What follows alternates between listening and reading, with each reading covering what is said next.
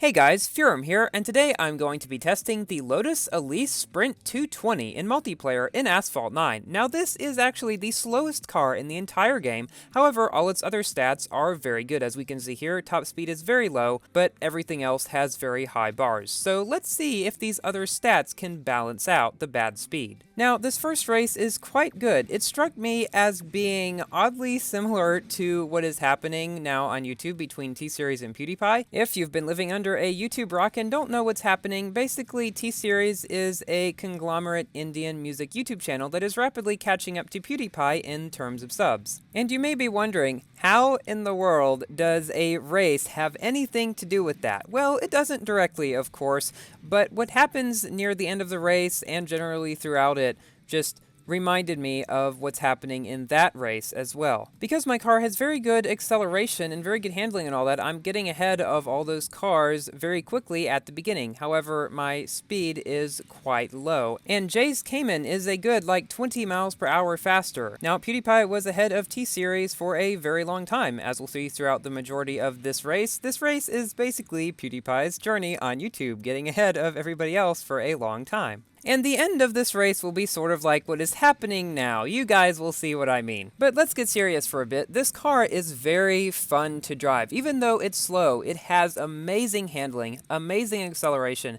and amazing nitro efficiency. And the thing is, you can get around so many turns without even drifting, and its nitro lasts so long that you can stay in top speed almost the entire track. Even on a twisty track such as this one, like Rome, where a lot of other cars would struggle to get up to top speed around some of these turns. Not all of them, of course. Slower ones will be able to get to their top speed better, but yeah, this one does it easier than most. So we have crossed the lap 2 sign with nobody inside. This was rather unusual because I'd expected those faster cars to have caught up to me by now. But they haven't, and so I figured, okay, well, this is going to be a pretty easy race. Just like PEWDIEPIE probably thought not too long ago that nobody would get close to him in terms of subs for quite a while. But at this point in the race, we start seeing a little yellow dot start to creep up. Now we are 80% of the way through the race.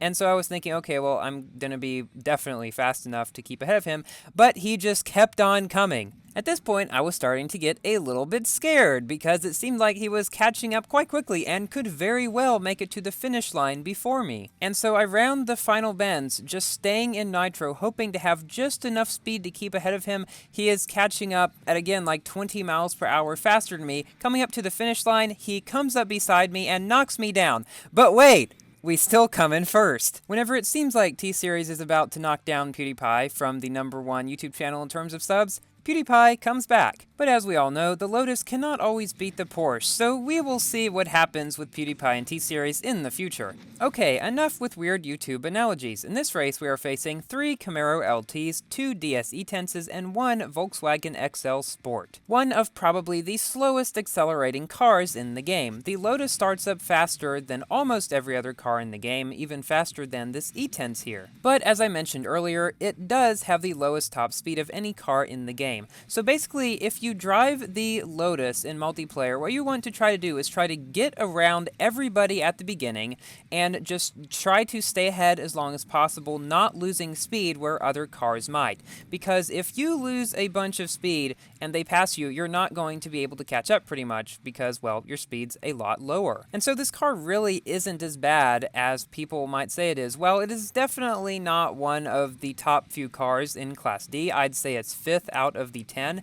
It can still do pretty well. I got up to 1570 rating this season with this car, and we will see the race of me getting to 1570 rating later in this video. And in that race, we meet a famous YouTuber, so that was quite fun. So if you have watched my best and worst cars in each class video, you'll know that I positioned this car at 5 out of 10, as I said. And even though it's slower than all the cars below it, as I've seen in this season, it can generally beat them. And it can even beat the Camaros some of the time. As we've seen in this race, he was nowhere close. But how does the Lotus do against 4 Caymans and 3 Camaro LTs all in one race? That is what we will find out in this one. So when you're driving this car, you'll want to try to just maneuver through everybody as best you can to try to get in front at the beginning of the race, because that will give you the best chance, well, to stay ahead, because then people will have to pass you, you could knock them down or whatever. But if they stay ahead of you in the beginning, you can only really rely on them making a mistake or you just having better speed through certain parts, as I did just there. Now in this race, we are facing another Legions United member, and in the very next race, which is actually on the same track, we face 2 other Legions United members, as well as a member of Pro Team. So there are quite a few recognized people in this video. While driving this car is fun, it can be quite nerve-wracking knowing that you are slower than everybody else in the race, because very rarely will you ever see another Lotus in multiplayer, because everybody thinks it's just this horrible thing that you can't win in anything with. But the reality is, you can, if you know how to drive it. You do have to drive it differently than other cars, meaning that you can use nitro more often and get around more turns without drifting as you would in other cars. And a lot of times in this car, drifting and then shockwaving actually slows you down more than would just turning with a single nitro on. But we do manage to come in this race first position against 7 more powerful cars. But how will we do against a few other very skilled players? In this race, we are facing RPM Freeze, RPM Hunter, and Pro Abel. Hunter is in his 3-star Cayman, Freeze is in his 4-star Cayman, and Abel is in his 3-star Hemi. Now you have to make it to Legend League to play with the Hemi, and so one reason it becomes difficult to get to Legend League is because when you're very close to Legend League, say 1550 to 1650, 1650 is when you get into Legend League, in that range you will face a lot of people with, say, 100 rating higher than you, which is within normal matchmaking, but you won't have Shelbys and Hemis that they do. So here I just happened to land on this guy here. I had no idea he was below me.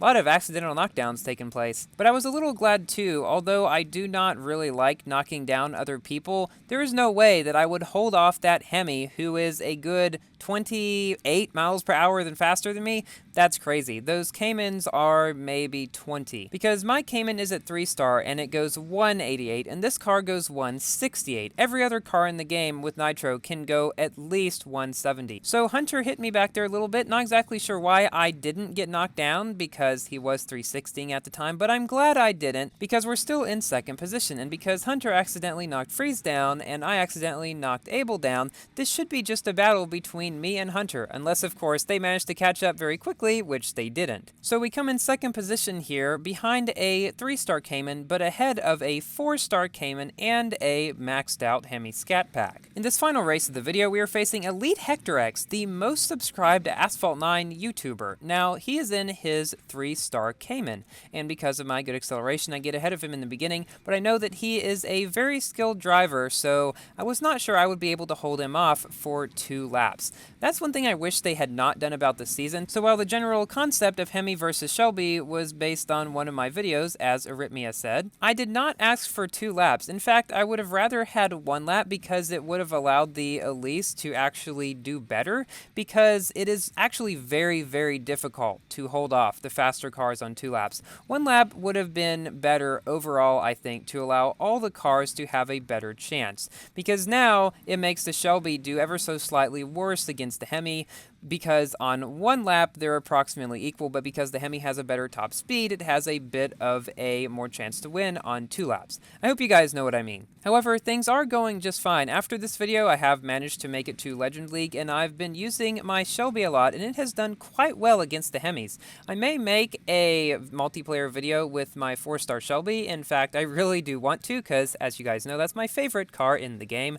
and we will see. Maybe I'll also do one with the 3-star Hemi. Maybe I'll put them both in the same video. I don't know yet. So as we shockwave up this ramp and go into the second lap, Elite Hector X is right on our tail. He is that yellow dot directly behind us. And because after this curve there's a fairly long straight stretch, I was pretty sure this was the time when he was going to catch up to me. However, as we go up to this ramp, he just bumps me from behind, thankfully does not knock me down, and we go different routes, and I managed to come out still ahead here. So now it's time for my general review of the car. While it is not one of the best D-Class cars, it can definitely hold its own zone against the Caymans and Camaros and cars like that if you know how to drive it. Of course, it will have a harder time on some tracks like Himalayas, for example, but on ones like US Midwest, it does fairly well. We managed to stay ahead throughout the second lap and come in first. Thank you all so much for watching. Please like the video if you've enjoyed and consider subscribing for more Asphalt 8 and 9 content. And I'll see you in my next video. Goodbye!